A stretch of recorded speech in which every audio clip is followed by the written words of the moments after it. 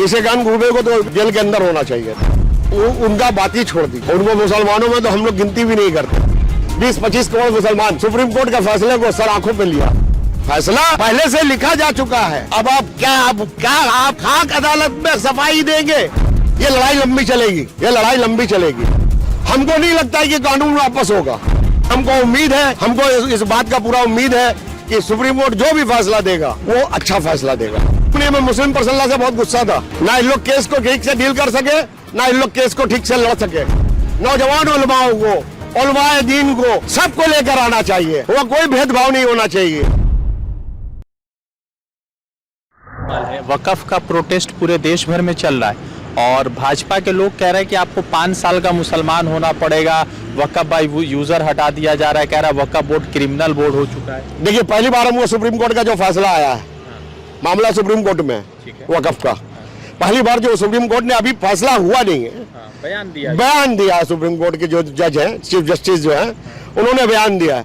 अब आप देखिए उनके पीछे लोग पड़ गए ना, जितने बीजेपी करने वाले लोग हैं कि सुप्रीम कोर्ट जो है गलत ट्रैक पर जा रहा है। तो हम लोग भी तो कह सकते थे कि सुप्रीम कोर्ट ने बाबरी मस्जिद का गलत फैसला दिया, लेकिन हम तमाम 21 करोड़ मुसलमान, 20-25 करोड़ मुसलमान सुप्रीम कोर्ट के फैसले को सर आंखों पे लिया और उसको तस्लीम किया, माना ना। लेकिन अभी जो सुप्रीम कोर्ट फैसला सुना रहा है, जिसमें उसमें 3-4 पॉइंट रखे हैं, जैसे कमेटी में कोई हिंदू कमेटी में नहीं आ सकता। उन्होंने सवाल जवाब दिया है, सुप्रीम कोर्ट ने जवाब पूछा है, सवाल किया है कि क्या अपने हिंदू ट्रस्ट में आप किसी मुसलमान को रख सकते हैं? नहीं रख सकते। उसी तरह मुसलमान भी अपने वक्फ ट्रस्ट में किसी हिंदू को नहीं रख सकते।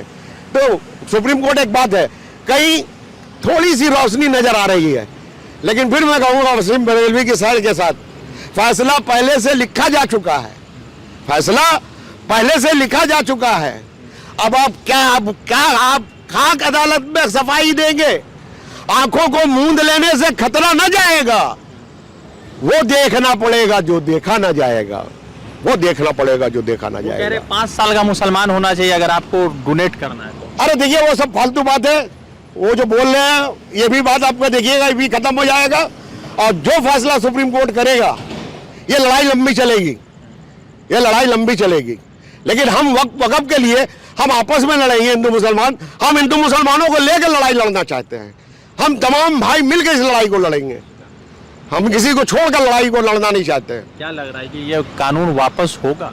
हमको नहीं लगता है कि कानून वापस होगा, उसमें रद्द बदल होगा। इसलिए प्रेसिडेंट का सिग्नेचर हो चुका है, पार्लियामेंट और राज्यसभा उसको पास कर चुकी है। अब सुप्रीम कोर्ट पे हम लोग का आस है। सुप्रीम कोर्ट जो फैसला देगा, जाहिर बात है उसको सबको मानना पड़ेगा। अब सुप्रीम कोर्ट के फैसले के ऊपर डिपेंड करता है कि सुप्रीम कोर्ट क्या फैसला सुनाता है। लेकिन हमको उम्मीद है, हमको इस बात का पूरा उम्मीद है कि सुप्रीम कोर्ट जो भी फैसला देगा वो अच्छा फैसला देगा। मान लीजिए सुप्रीम कोर्ट कह देता है कि कानून ठीक है, तो अगर सुप्रीम कोर्ट ये कह दिया तो मैं यही कहूंगा कि मालूम ये होता है, ये दौरे तबाही है, शीशे की अदालत है और पत्थर की गवाही है। दुनिया में कहीं ऐसी तफसील नहीं मिलती, कातिल ही मुहाफिज और कातिल ही सिपाही है। मालूम ये होता है, ये दौरे तबाही है। आखिरी सवाल, जस्टिस डी.वाई. चंद्रचूड़ जब थे तो उनके ऊपर मुसलमान और तमाम लोग जो सेकुलर लोग थे वो कह रहे थे कि शानदार आदमी आया, मगर आखिरी वक्त में जब उन्होंने फैसला दिया तो कहा कि मैंने भगवान की तरफ आस लगाकर ये फैसला दिया।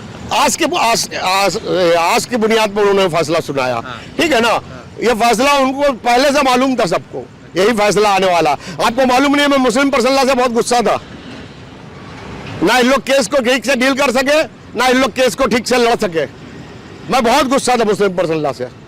इतने बड़े बड़े काबिल लोग उसमें थे, जय्यद आलिम लोग थे। मैं बहुत गुस्सा था मुस्लिम पर्सनल से, और आज भी मुस्लिम पर्सनल के काम से मैं मुतमईन नहीं हूँ। मालूम नहीं, मुसलमानों को एक तो कमेटी बना लिया, मुस्लिम पर्सनल बोर्ड, उसमें कहाँ के लोग हैं उस बोर्ड में? हिंदुस्तान के चारों तरफ को मुसलमान उसके अंदर हैं? नहीं, गिने चुने लोग हैं जो जिनके पास अरबों खरबों रुपया है, वो लोग कमेटी में बैठे हुए हैं। बहुत से हमारे मुसलमानों में तालीम याफ्ता लोग हैं, नौजवान लोग हैं, उन लोग को लाना चाहिए। और सब गरीब आदमी को बैठा दिया गया मुस्लिम पर्सनल बोर्ड के अंदर। यंग नौजवानों को, यंग उलमाओं को, नौजवान उलमाओं को, उलमाए दीन को, सबको लेकर आना चाहिए। वह कोई भेदभाव नहीं होना चाहिए। सिया कौन है, सुन्नी कौन है, वहाबी कौन है, देवबंदी कौन है, बरेलवी कौन है, ये सब खत्म कर देना चाहिए। बोहरा समाज के लोग जो सपोर्ट कर रहे हैं इसका, देखिए बोहरा समाज के लोग का बात छोड़ दीजिए, उनका मसलक अलग है, उनका हमारे से कोई उनका रूहानी कोई ताल्लुक नहीं है, हम मुसलमानों से, उनका सब सिस्टम अलग है, उनका बात ही छोड़ दीजिए। उनको मुसलमानों में तो हम लोग गिनती भी नहीं करते हैं, आपको तो ये मालूम है अच्छी तरह से। मतलब आप मुसलमानों में गिनती भी नहीं होती? नहीं, गिनती कहाँ होता है उनका, गिनती होता है? कोई बोहरा समाज का गिनती होता है? कभी देखे हैं? कभी? एक आखिरी सवाल, निशिकांत दुबे एक बीजेपी के एमपी है, लोकसभा के सांसद, जिन्होंने पार्लियामेंट के खिलाफ बोला है, उन्होंने कहा है कि ये जो सुप्रीम कोर्ट है वही पूरे देश भर में ग्रे युद्ध यानी सिविल वॉर करवा रहा है। निशिकांत दुबे को तो जेल के अंदर होना चाहिए था। अगर ये बयान कोई मुसलमान देता तो अब तक मेरा ख्याल अरेस्ट हो गया होता। और ये मोदी जी को देखना होगा, इनके लोग जो भड़काओ भाषण देते हैं, इनके लोग जो भड़काओ बात करते हैं, ये मोदी जी को देखने की जरूरत है। बहुत शुक्रिया। तो लगातार हम कई सारे लोगों से बातचीत कर रहे थे और झुन्नू अंसारी जी से बातचीत हो रही थी। जुड़ते दूसरे अपडेट के साथ, धन्यवाद। द इंडियन खबर, सच आपके सामने।